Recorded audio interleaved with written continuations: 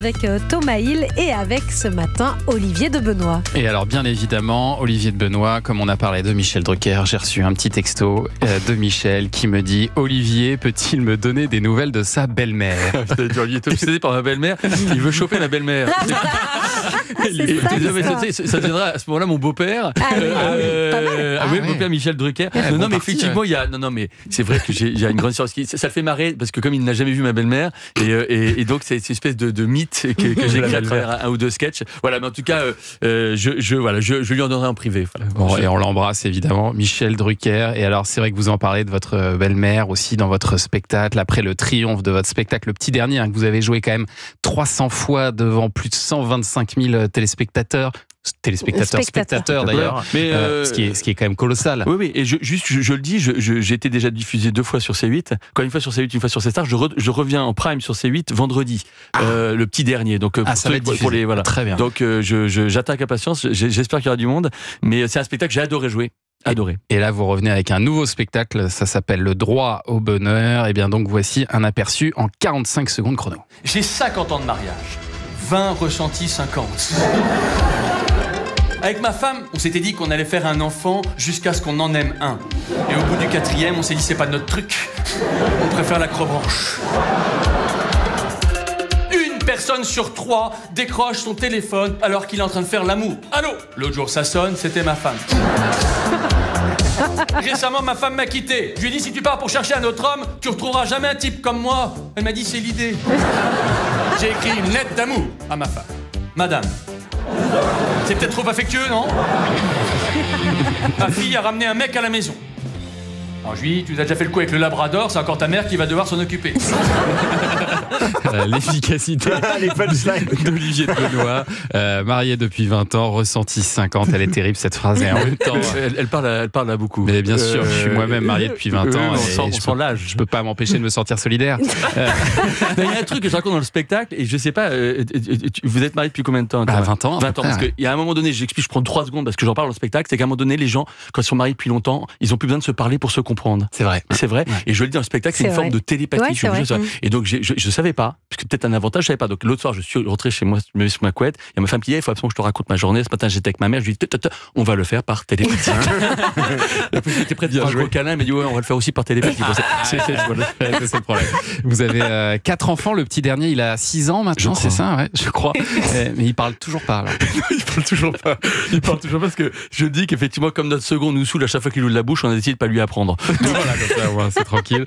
Vous vouliez pas d'enfant, et votre femme vous a piégé 4 fois. Voilà, exactement. C'est vrai que, comme je le dis, effectivement, j'aurais dû dormir sur le ventre. Mais il y a un petit temps de retardement. J'aime bien visualiser les choses. Mais c'est toujours bien dans un spectacle. Je te montre comment on fait les bébés. Je vous ai dit, il a l'oreille quasi absolue, donc ça met un petit peu dedans. Il a le cerveau quasi absolu aussi. C'est bien, c'est la fête. Tout est dans les oreilles chez ce monsieur. Pour le premier, vous avez fait une couvade ? Oui, j'ai fait une couvade. Ça, c'est vrai. Vous êtes très informés. C'est vrai que j'ai fait une couvade. C'est-à-dire que, est-ce que tout le monde sait? Bien sûr. Alors, il se met à grossir, nous. Mais c'est vrai que pour les auditeurs qui peut-être ne savent pas, c'est-à-dire qu'on a les mêmes symptômes. J'avais les mêmes symptômes que ma femme qui est enceinte. J'avais l'impression d'être enceinte. Alors, je traînais chez moi toute la journée en pyjama à rien foutre. Une couvade. Donc là, je me fais siffler évidemment quand je le fais. Parce que c'est vrai que je joue tout le rôle d'espèce de mec de mauvaise foi absolue. Et ça, je suis. J'adore me faire siffler. Voilà. Ah oui. Dans la salle, il faut qu'il y ait une réaction. Plaisir. Ah mais oui, parce que c'est-à-dire que les femmes se foutent de ma gueule, parce que c'est ça qui me fait marrer. Parce que sinon, les gens qui disent, d'ailleurs ça n'arrive jamais, s'ils disent le mec est misogyne ou dans la vie, etc. C'est la détresse absolue. J'arrête tout. Qu'on dise que je suis con, ça j'adore. Le mec qui se prend la peau de banane, c'est moi. Le mec c'est tellement too much, c'est tellement exagéré, voilà que. Est-ce que ça arrive que vous ayez des gens insupportables aussi dans la salle? Alors j'en ai. Est-ce que ça provoque ceux des qui réactions, rigolent, forcément. par exemple, 5 secondes après la blague. Ça, c'est pas très grave. Alors, non, en général, ils sortent plus tard que les autres. Non, c'est vrai que non, des gens qui commentent. Voilà, j'en ai eu un effectivement. Non, mais quand j'étais au point virgule, où effectivement à un moment donné, effectivement, le mec répondait à chaque fois que je disais quelque chose. Quand on pose des questions ouvertes, je dis, je sais pas, voilà, est-ce que ça vous est déjà arrivé, vous? Mais oui, moi ça m'est arrivé. Non, tu vas pas le dire à chaque fois. Oui, mais j'ai eu ça. J'avais fait sortir la personne. Je pouvais plus. Le mec à chaque fois voilà, il répondait. J'ai est-ce que vous allez bien? Ouais, moi je vais bien. Non, mais c'est juste pas voir comme ça. Voilà, c'est un oui général. C'est une espèce de formule générale. Mais non, mais là, je racontais dans le spectacle précédent, et c'est vrai que j'ai eu des anecdotes incroyables. Je crois que j'en ai raconté une de ici, mais la pire qui me soit arrivée, c'est effectivement un mec qui a hurlé au bout de 20 minutes de spectacle. Ah! Alors je dis, ça va? Il me dit oui, tout va bien. Je viens de faire un cauchemar. Sympa de savoir que tu t'es endormi. Oui, c'est ça. J'ai demandé, je lui ai proposé de parler moins fort et que tout le monde soit content. Il avait payé, il n'y a pas de raison. Mais là, non, mais c'est vrai qu'on a. En fait, ce qui est bien ce métier, c'est qu'on a des moments très hauts et après ça redescend très vite. Donc, les deux anecdotes que j'ai avec ça, c'est qu'à la sortie du spectacle, je signe des autographes, ce qui est plutôt sympa parce que ça me fait plaisir de rencontrer les gens. Bon, une fois, il y a 3 personnes. J'y vais quand même. Je joue le jeu. Et là, il y a quelqu'un qui dit ce qui est bien avec vous pour les autographes, c'est qu'on n'attend pas. Donc, et là, la dernière fois, il y a quelqu'un. Mais c'est vrai qu'on se retrouve des shots d'humilité indispensables dans ce métier. Et là, la dernière fois, et c'est vrai que c'est arrivé il y a 3 semaines. Je signe un autographe et il y a un couple. Je signe un autographe à monsieur. Donc je suis très fier de signer un autographe. Le mec part et il dit à sa femme, je l'entends. Il pense que je l'entends pas. Il me dit peut-être que ça aura de la valeur quand il sera connu.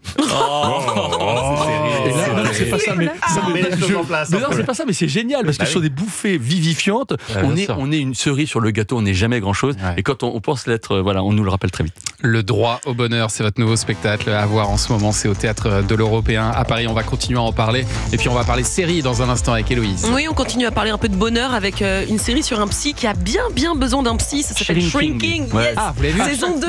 À chaque fois que je viens ici, moi je regarde les mêmes séries qu'Héloïse. C'est bien, on va pouvoir débriefer. Shrinking, je suis un grand fan. Formidable.